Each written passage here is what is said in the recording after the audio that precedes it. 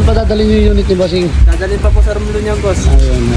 Bossing. At ayun nga, nakalas na natin yung project natin na gagawin for today's video at nalihan na rin nila Boss MJ yan. At ngayon, dinidegrease naman natin siya para mawala yung langis-langis niya. At i-apply na natin yung surfacer agad para mabilis lang natin matapos yung project natin. At after ng flash off, in-apply na agad namin yung pinaka-top color natin agad-agad. Mas light lang siya ng konti sa primer natin. Baka sabihin ni Bossing, tinap coat ko lang yung primer eh. At after nga nyan, ina-apply na agad natin yung high solid clear. At sa mga nalalayuan nga pala na mga halos taga Metro Manila lang, nakakahiya naman kay Bossing. Imagine nyo, taga Romblon pa sila at dinayo pa tayo. Kaya hindi tayo papayag na hindi solid lumabas tong project ni Bossing. Kaya next step tayo agad.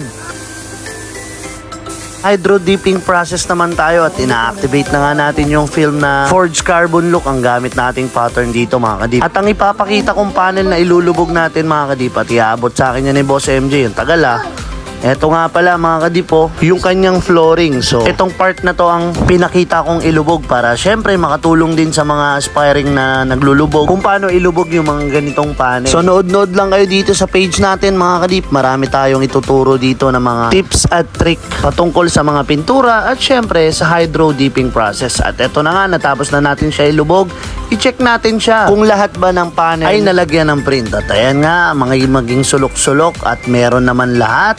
All goods naman siya mga kadip. So tandaan nyo na yung angle na yon para next project nyo hindi na kayo mahirapan. Tapos na nga tayo maglubog mga kadip. Eto na nga sila lahat. Rekta na tayo agad sa final output.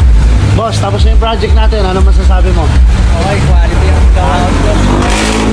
Saan pa dadalhin yung unit ni Bossing? Dadalhin pa po sa Romblon yan, boss. Ayun. Boss, ingat kayo at madulas. Ingat. Maraming salamat. Bossing, salamat po.